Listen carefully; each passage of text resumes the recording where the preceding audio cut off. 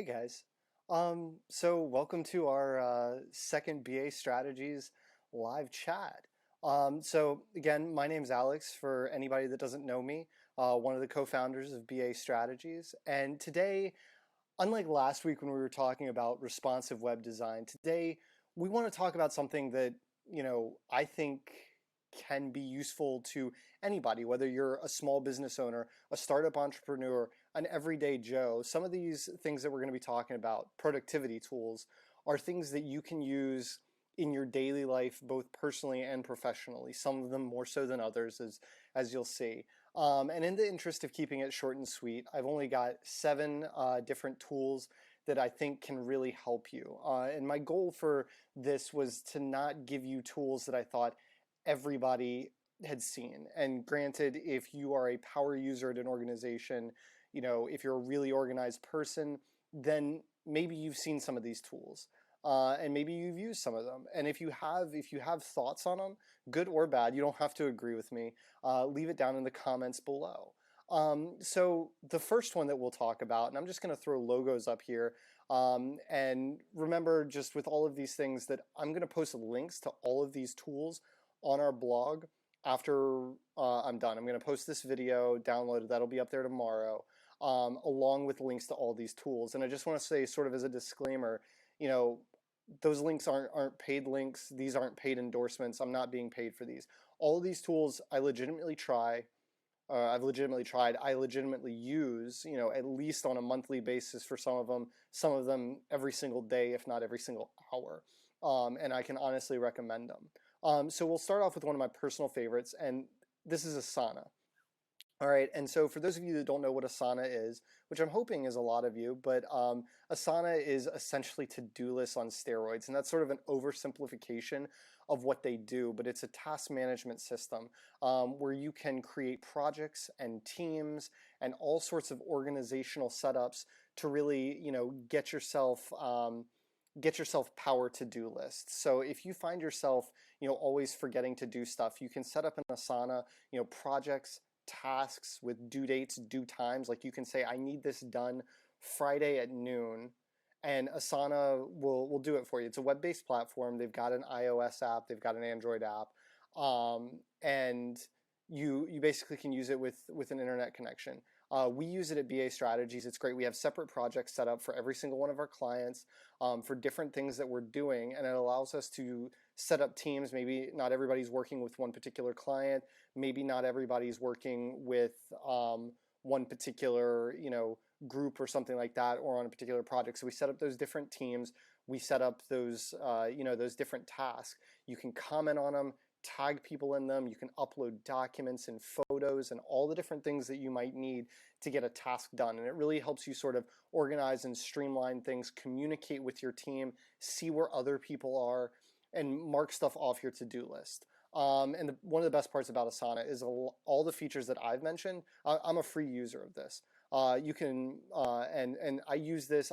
You have different dashboards as well. So if you sort of think of this meta structure, you have a task, which is in a list, which is in a project, which is part of a team, and then you have dashboards. So I have a dashboard for BA Strategies, have one for Kelly and I's travel blog, and also have one just for home. I mean, I started using Asana as simply a way, Kelly introduced it to me, and I started using it simply as a way to mark down all the chores we had to do, whether it's cleaning up around the house or making sure the bills are paid on time and sorting out all that kind of stuff. Because, I mean, I'll be honest, adulting sometimes is hard, and even if you use Asana only for this, to make grocery lists and figure out when you need to pay the power bill and when you need to pay your credit card, when you need to pay the rent, and mark off that you or your roommate or your significant other has done that, this can be a great thing for that. It can be all the way up to managing a huge, like, organization altering project.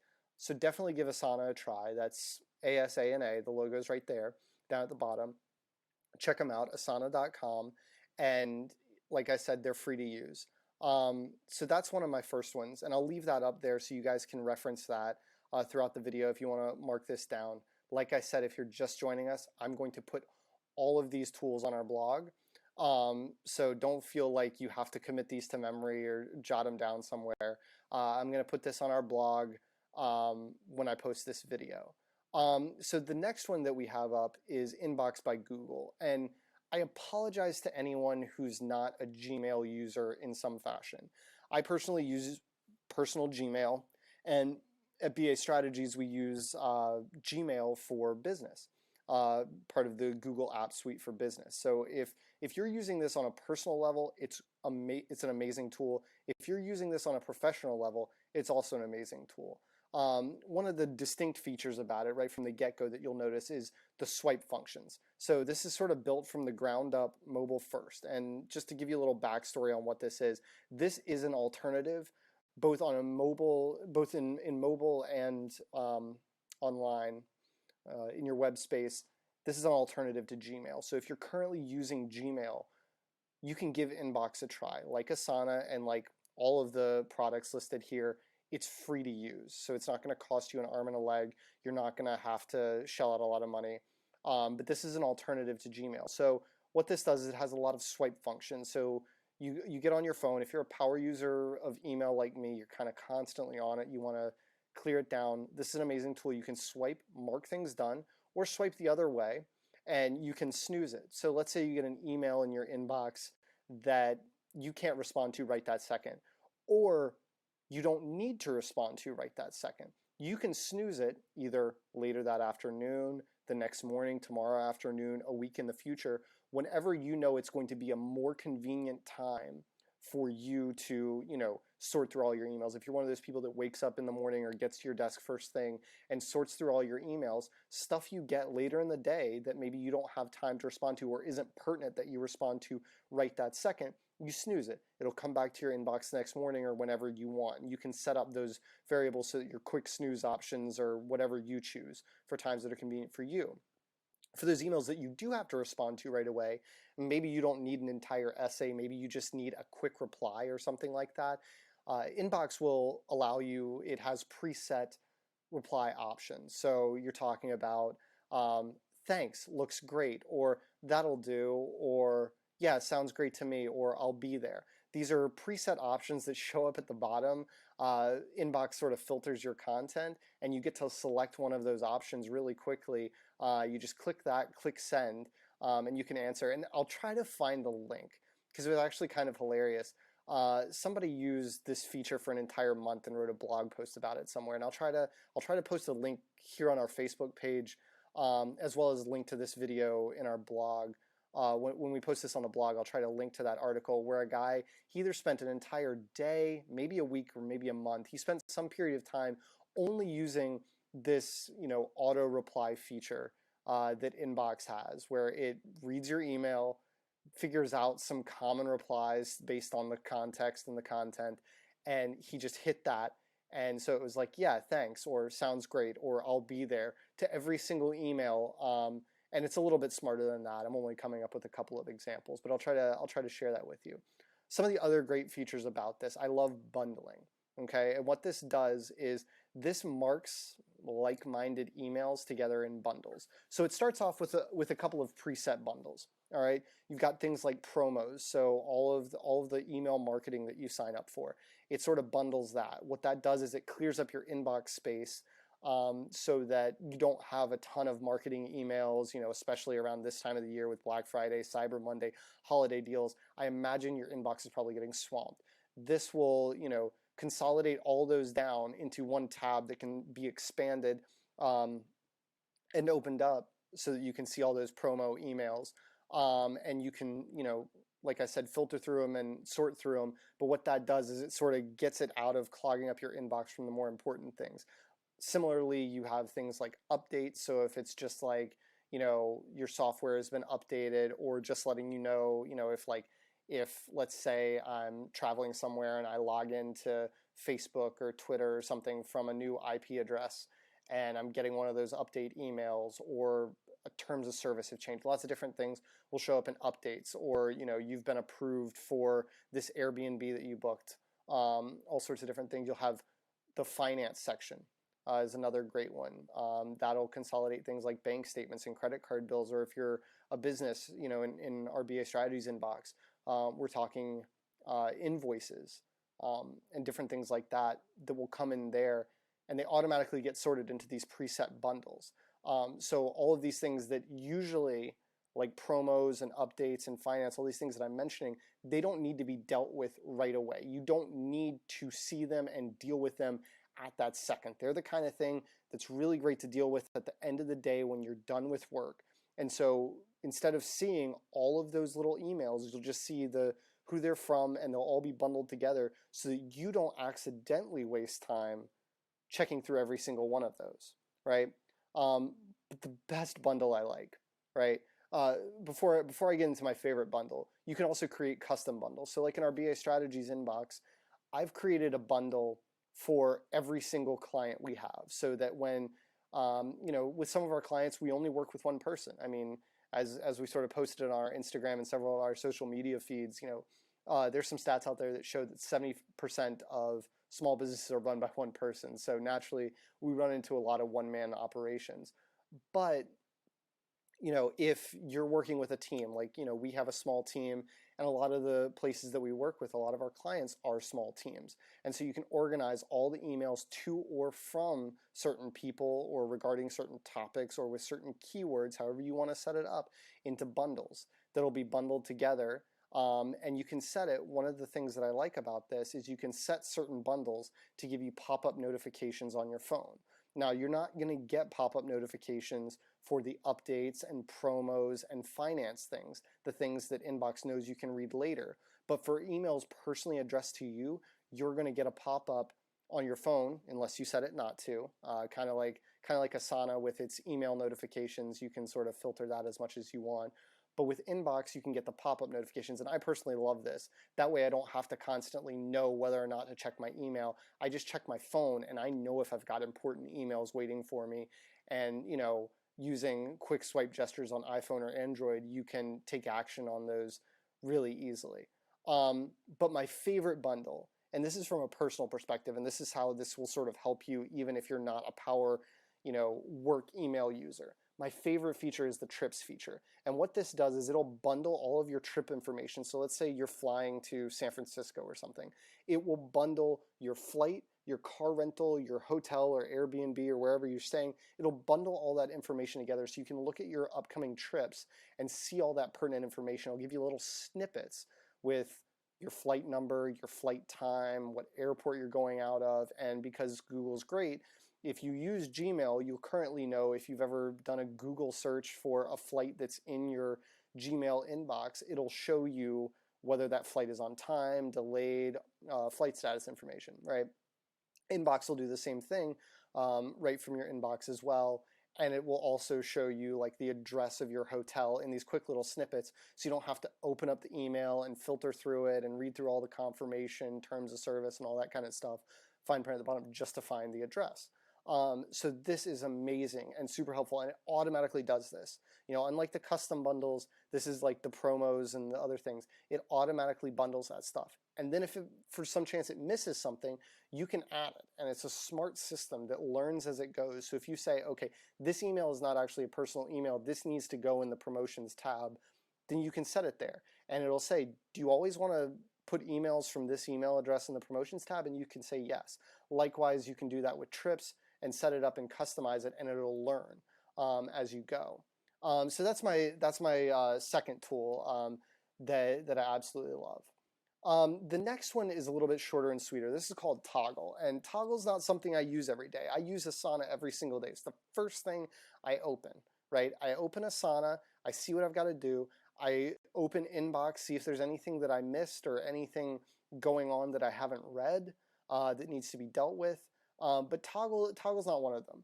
But it's an insanely helpful tool if you're looking to figure out how you manage your time. So the best way that I use Toggl is when we're working with a client and we're doing something new. Like let's say it's something a little bit different in the web design spectrum that we hadn't done before, or a different type of blogging, or what have you, whatever service we're doing.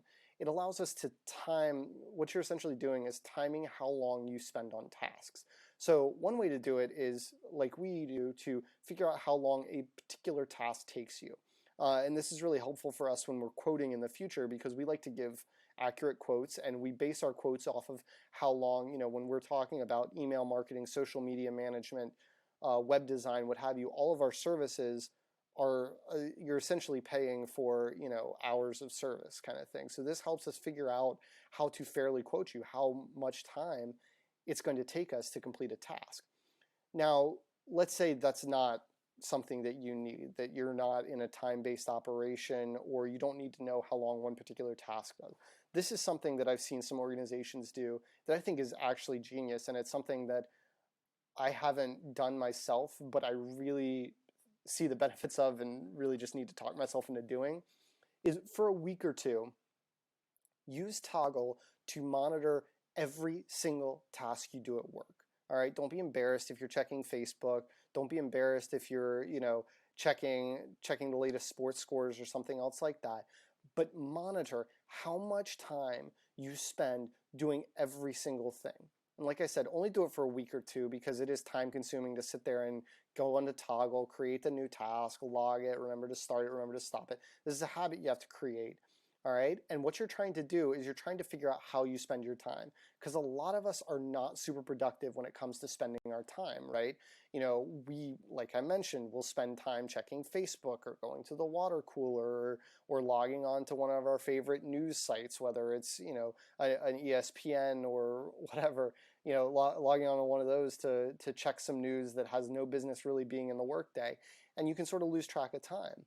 Likewise, you can spend a lot of time filtering through the minutia of your email and doing work-related tasks that necessarily aren't productive. So if you find out that all of a sudden you're spending 2 hours a day looking through Twitter feeds, or spending a couple hours a day, looking through Facebook business stuff, or learning about, ads or different things like that, it can sort of help you get a sense of how you're spending your time and how that time would be better utilized, right? Because there's always something you can do to be more productive.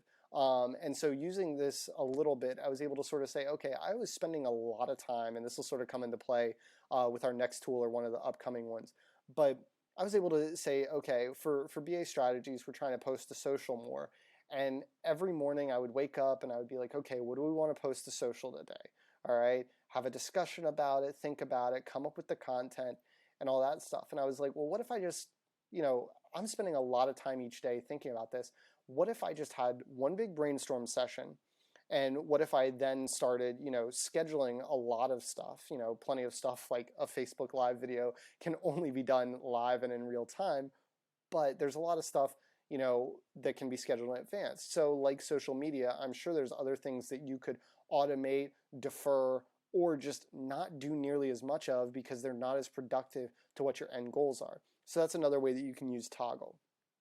And then our next tool that that is sort of related, and I don't have a logo for this because it's not really one specific brand or one specific tool, but it's called the Pomodoro method. And you may have heard of this if you're into productivity at all, but what it does is it essentially says you work for 25 minutes, and then you take a break for 5 minutes, right?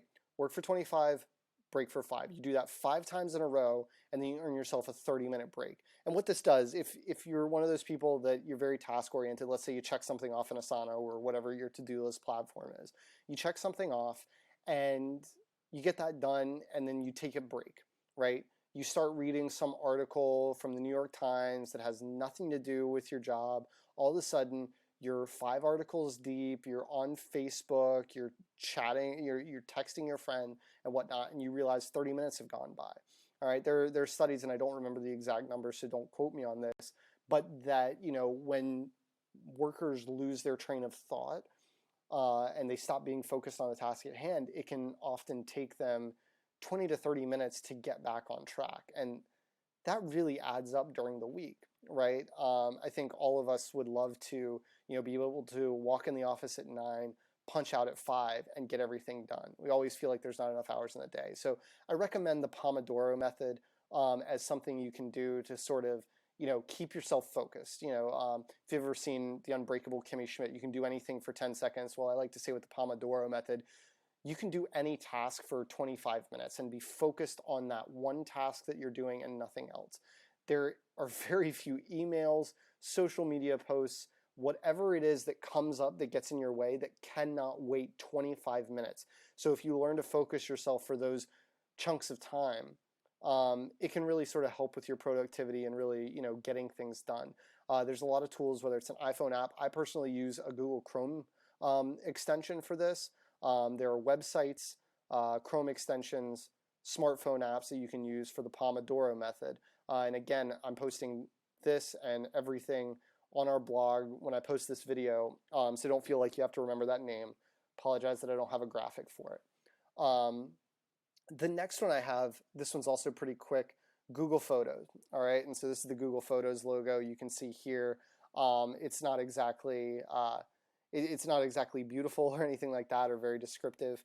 But the reason I like Google Photos, this isn't going to be for necessarily everybody, but the advantage of Google Photos to some other, platforms is that Google Photos will give you unlimited photo storage space as long as you're okay with a small loss of quality. And by small, I mean, we're still talking like 4,000 pixels wide, which anybody who knows photography and photography sizes, I have a MacBook Pro and my monitor is less than half that wide, right? With Retina display kind of thing.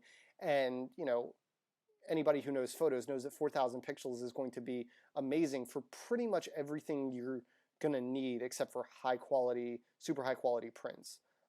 Web design, don't need that at all, right? So this is going to store your photos. As long as you're okay with that very, very small loss of quality, it will store unlimited amounts of photos. It's also a smart technology. It recognizes faces, right? I don't just mean that faces exist. Like if you have a bunch of photos of me because you really like me, and if we don't know each other, that's really creepy.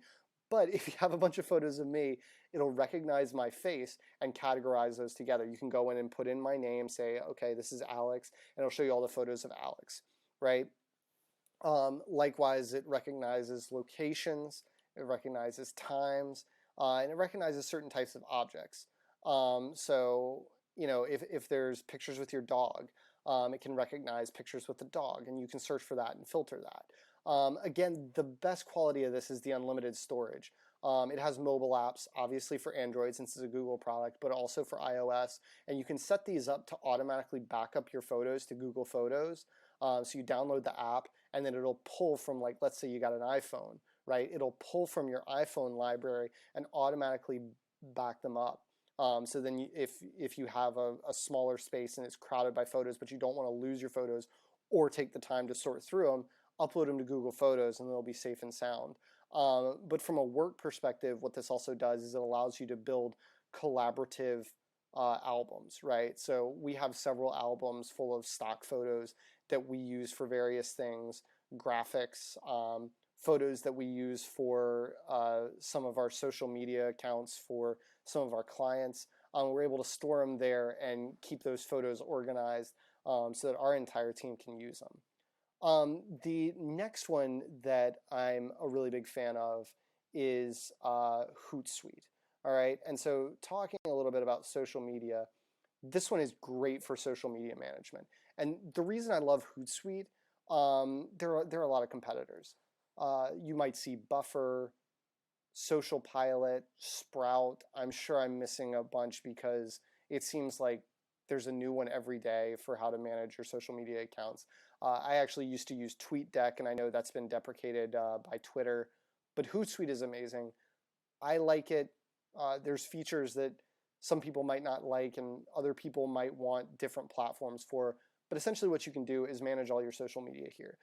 You can have your home feeds for Twitter and LinkedIn. Unfortunately, Facebook doesn't allow it, but you can publish to Facebook, LinkedIn, Twitter, Instagram as well as several other social media outlets via third-party apps and things like that.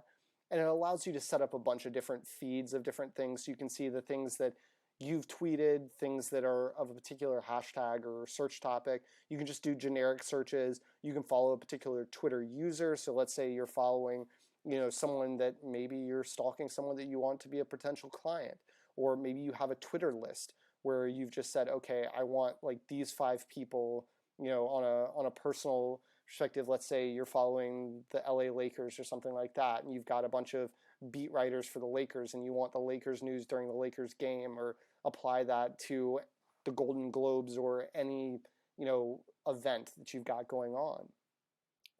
That's one way that you can really use Hootsuite. I'll admit that one of the things as a Miami Hurricanes grad that I was guilty of doing, and this had nothing to do with work, but last year our football team was hunting for a new coach, and so I set up Hootsuite streams with searches with Twitter searches for every single candidate. So I had an entire dashboard going, right, of just I we're talking about productivity tools. This was not being productive except for finding news about our new head coach.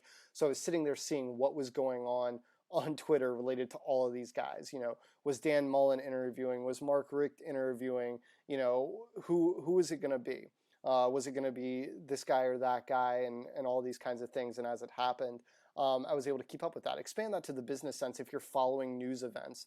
If you're following topics that are going on, developing situations. I mean, even if you're just trying to stay on something, like the awful event that happened yesterday at Ohio State, or any real-time news event. Hootsuite's great for that. And so that's why I prefer it. I've used a lot of the other tools out there.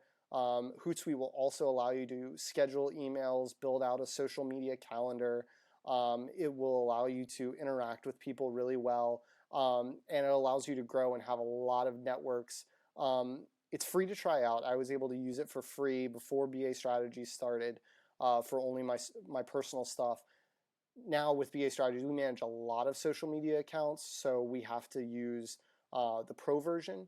But that said, we've got it's great for personal use, and it's not terribly expensive for professional use. I mean, if you have to use it for your organization, then it's going to be worth the price. I think it's something like $5-10 a month per user, which really isn't bad at all. And they'll give you a yearly discount if you try it. I suggest trying it out for your personal accounts.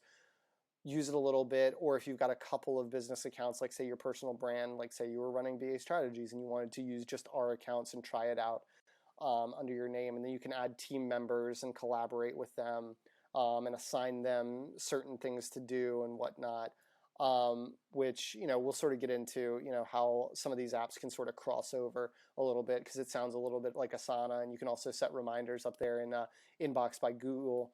Kind of thing. But I love Hootsuite simply because of the amount of content there.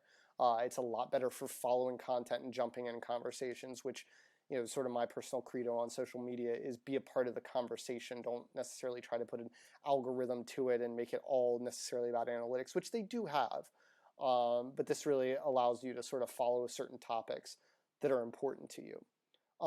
And then the last tool, number 7, again, the Pomodoro method isn't up here because there's a lot. There's not a tool that I would particularly recommend. But the last one is Slack. All right. And yes, it's a productivity tool despite its name. But we use Slack. Again, we use all of these here at BA Strategies. But Slack is, if Asana is to-do lists on steroids, Slack is chat rooms on steroids, but only for your organization. Right, so you can set up different topics, different groups, and different people. So for each of our clients, like we have a project in Asana, and like I have a bundle in Inbox, and like I have a tab in Hootsuite, right? We have conversations going in Slack so that we can keep everything organized, so that when I'm talking to Ethan or Kelly or Brendan about a particular client, it doesn't get filtered in with the topic about a different client, right? And speaking of that, you can upload documents, you can integrate other apps, like if you use Google Drive or something like that, you can upload emails, pictures, documents, whatever. You can set reminders for teammates so it'll go off when they're talking, and you can set up all sorts of different teams, right? And it's also immensely searchable, right? So one of the problems with, I'm all about getting rid of email clutter. So one of the beautiful things about Slack is you can have a very real-time conversation with someone like you're using a chat service like Messenger, Facebook Messenger, Google Hangouts, text message, what have you. And then you can go back and search it and find that stuff. And it's really, really good about being able to search for different things, setting reminders, being able to put a pin in something if you want to be able to come back to it later. Really organizes those chats to be more than just, one-offs that are really hard to find. And so with all of these, the idea is really to take what you do, take what you already do, and just do it a little bit better. And like I mentioned, you can set reminders for people in Slack. Um, you can set reminders for people in Inbox. You can assign things in Hootsuite. You can delegate tasks in Asana, right? So there is some crossover with these. But what I implore you to do is, like I said, every single one of these can at least, a basic version can be done for free. And I don't mean a trial version. Google Photos, as far as I know, is completely free. Inbox by Google, completely free. Toggl, Slack, Asana, I use those all for free. They cover everything that we do as a 4-person organization completely for free. And Hootsuite, like I said, it's well worth the paid membership. And I think with some of these, if you need capabilities further than what we do, the paid versions of Slack, Asana, I'm not sure if Toggl has a paid version, but the paid versions could be helpful for you guys as well. So figure out, play around with these, try one or two, integrate another, see if it helps you out, and figure out the best way to do it to make yourself more productive. If you've got any comments on any of these, if you think they're bogus, leave them down in the comments below. We'll be happy to answer any questions you have on any of these, how they work.